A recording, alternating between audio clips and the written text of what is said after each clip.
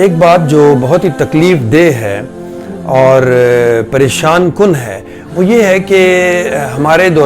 درمیان، ہماری سوسائٹی میں لوگوں کے درمیان جو ڈفرینس آف اوپینین ہے وہ بہت زیادہ بڑھتا جا رہا ہے۔ Difference of opinion as it is کوئی بری چیز نہیں ہے، لیکن اتنا ڈفرینس آف اوپینین کسی بھی معاملے میں، کسی بھی ایک بات میں، چاہے وہ دنیاوی لحاظ سے ہو، دینی لحاظ سے ہو، اتنا ڈفرینس آف اوپینین کہ ایک مشرق کی طرف جا رہا ہے اور ایک مغرب کی طرف جا رہا ہے، کسی کو دوسرے کی بات جو ہے وہ سمجھ ہی نہیں آ رہی اور اختلاف رائے جو ہے وہ دن بدن بڑھتا جا رہا ہے۔ حالانکہ جو ہمارے دینی احکامات ہیں، قرآن پاک میں اللہ پاک کے جو احکامات ہیں بہت واضح ہیں، بہت کلیئر ہیں، تو انفارچونیٹلی ان کے اندر بھی ڈفرینس آف اوپینین جو ہے اتنا زیادہ بڑھ گیا۔ یہ کیا وجہ ہے کہ ایٹ لیسٹ جو قرآنی احکامات ہیں ان میں تو ڈفرینس آف اوپینین زیادہ نہیں ہونا چاہیے۔ اس کی مین وجہ قرآن پاک سے دوری اور جو آج کا سب سے بڑا فتنہ جو ہے وہ سیکولرزم کی یلغار تھرو میڈیا وہ بہت زیادہ ہے۔ سیکولرزم کے جو ذرائع ہیں علم کے حصول کے وہ دو ہی ہیں، ایک تو حواس خمسہ اور دوسرا جو ہے ہماری عقل، انسانی عقل۔ انسانی عقل کو وہ الٹیمیٹ جو ہے وہ ڈیسیژن میکنگ جو ہے وہ انہوں نے بنا دیا، اور ان کے خیال میں what is right and what is wrong they can decide through their intellect، وہ اپنی عقل سے اس کا فیصلہ کر سکتے ہیں، جبکہ اسلام جو ہے وہ الٹیمیٹ سوورینٹی آف اللہ پہ بلیو کرتا ہے۔ ان الحکم الا للہ، حکم جو ہے وہ صرف اور صرف احکامات صرف اور صرف اللہ کے ہیں، اور جو انسان ہے انہوں نے اس کے احکامات کو فالو کرنا ہے، اور اللہ پاک جو ہے وہ انسان کو خلیفہ بنا کے بھیجا اپنا اللہ پاک نے، تاکہ وہ اس کے احکامات کو امپلیمنٹ کروا سکے، ان کو عمل میں لا سکے۔ انی جاعل فی الارض خلیفہ، تو اللہ پاک نے انسان کو جو ہے وہ خلیفہ بنایا اس زمین پر۔ اب جو بیسیکلی کوئی بھی چیز ہے، قانون ہے، سیاست ہے، معیشت ہے، زندگی کے تمام پہلوؤں میں اسلام کے نزدیک جو الٹیمیٹ سوورینٹی ہے وہ اللہ پاک کو حاصل ہے۔ یہی وجہ ہے کہ ان دو علوم کے فوراً بعد جو سب سے امپورٹنٹ تیسرا جو حصول علم ہے، جو ذریعہ ہے، وہ علم وحی ہے دین اسلام میں یعنی کہ ہمارے پاس قرآن مجید فرقان حمید ہے جو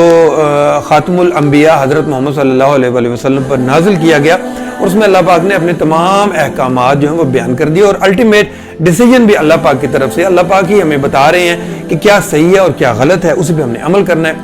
جبکہ سیکولرزم میں انسانی عقل کو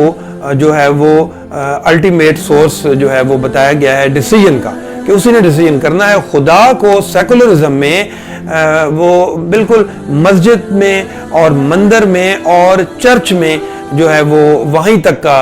رکھا گیا ہے کہ خدا جو ہے وہ وہیں تک محدود ہے، اور ہمارے عام زندگی کے جو معاملات ہیں سیکولرزم میں وہ انسانی عقل کے ذریعے ہوں گے، اور ظاہر ہے کہ انسانی عقل محدود ہے، اس کے ڈیسیژن جو ہیں وہ اکثر و بیشتر غلط ہو سکتے ہیں، اور جو علم وہی ہے وہیں سے ہم جو ہے وہ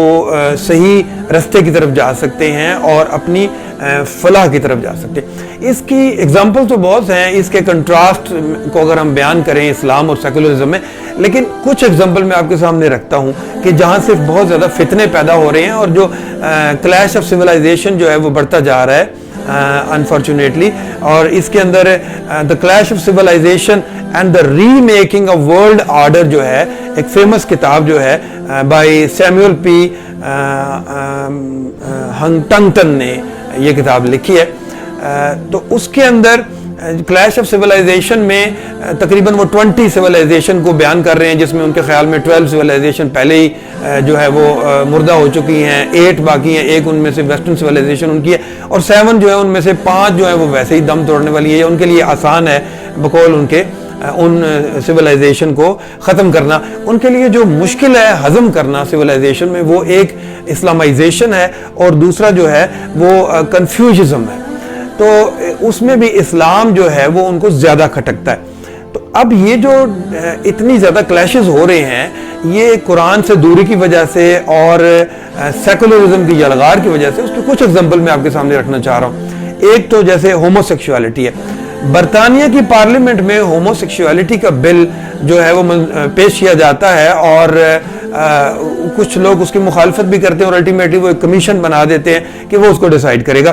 اپنی famous book the legal theory میں فرائیڈ مین اس کا خلاصہ اس طرح بیان کرتا ہے کہ اس کمیشن نے یہ دیکھا کہ چونکہ سیکولرزم کے نزدیک انسان کی پرائیویٹ لائف میں قانون کی دخل اندازی جو ہے وہ نہیں ہو سکتی، تو انہوں نے اسے ایسے ایکسپلین کیا کہ since crime and sin are two different things، تو since this is a sin, this is not a crime، تو انہوں نے اس بل کو تالیوں کی گونج میں منظور کر لیا۔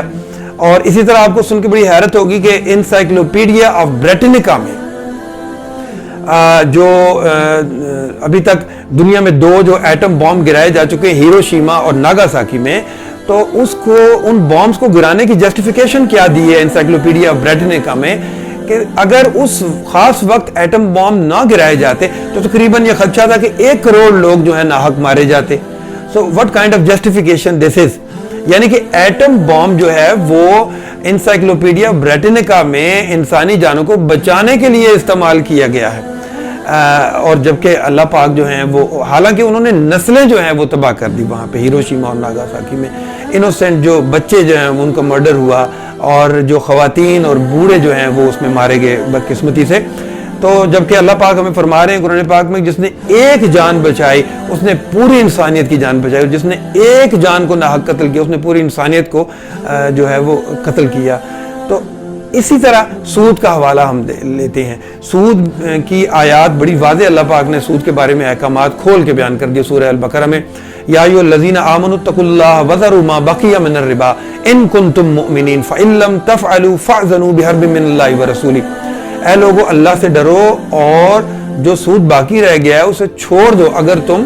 مومن ہو، اور اگر تم ایسا نہیں کرتے تو تیار ہو جاؤ جنگ کے لیے اللہ اور اس کے رسول صلی اللہ علیہ وآلہ وسلم سے۔ If you do not do this, then take a notice of war from Allah and His Messenger صلی اللہ علیہ وآلہ وسلم۔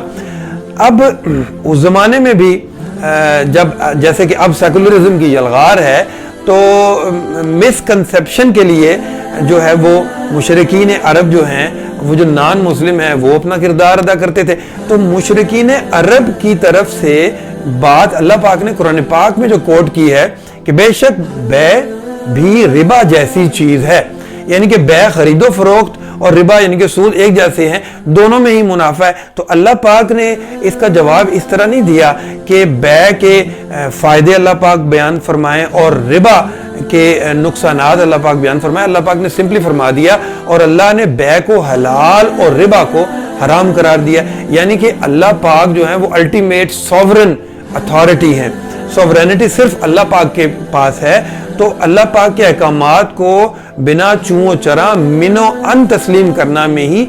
ہماری فلاح ہے اور ہماری اس میں بھلائی ہے۔ تو جب تک ہم قرآن پاک سے دوبارہ سے رجوع نہیں کریں گے، اور سیکنڈلی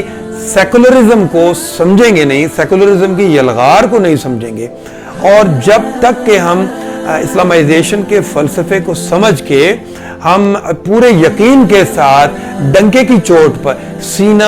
تان کر کسی بھی معذرت کے بغیر، کسی سے مروب ہوئے بغیر ہم یہ جب تک نہیں کہتے کہ ہمارے نزدیک انسانیت کی فلاح کا راستہ صرف اور صرف جو ہے وہ اسلامک سسٹم میں ہے، اسلامی نظام میں ہے، تو اس وقت تک ہماری فلاح جو ہے ممکن نہیں ہے، اور ہمارا سروائیول ایون جو ہے وہ خطرے میں پڑ سکتا ہے۔ اس حوالے سے اگر ہم اس بات کو نہ سمجھے، اور اب بھی ہم نے اس بات پہ سمجھ کے اس پہ عمل نہ کیا، تو خرد نے کہہ بھی دیا لا الہ تو کیا حاصل، خرد نے کہہ بھی دیا لا الہ تو کیا حاصل، دل و نگاہ مسلمان نہیں تو کچھ بھی نہیں۔ اللہ پاک سے دعا ہے کہ اللہ پاک ہمیں عمل کرنے کی توفیق عطا فرمائے، آمین۔